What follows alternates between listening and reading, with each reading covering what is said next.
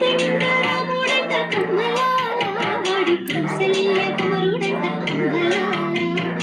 ఆజానుబాహుడంట అమ్మలాల వాడు అరవింద నేత్రుడంట అమ్మలాల రమణీయలామకు తక్క చూడు వాడేనని రహదారులన్నీ చెప్పుకోగా విని కళ్యాణ రామయ్యను కన్నులార చూడాలని కలికి సీతమ్మ వీచే గుమ్మలాల కోదండరాముడంట కొమ్మలాల వాడు కౌసల్య కుమారుడంట కొమ్మలాల ఆజానుబాహుడంట అమ్మలాల వాడు అరవింద నేత్రుడంట అమ్మలాల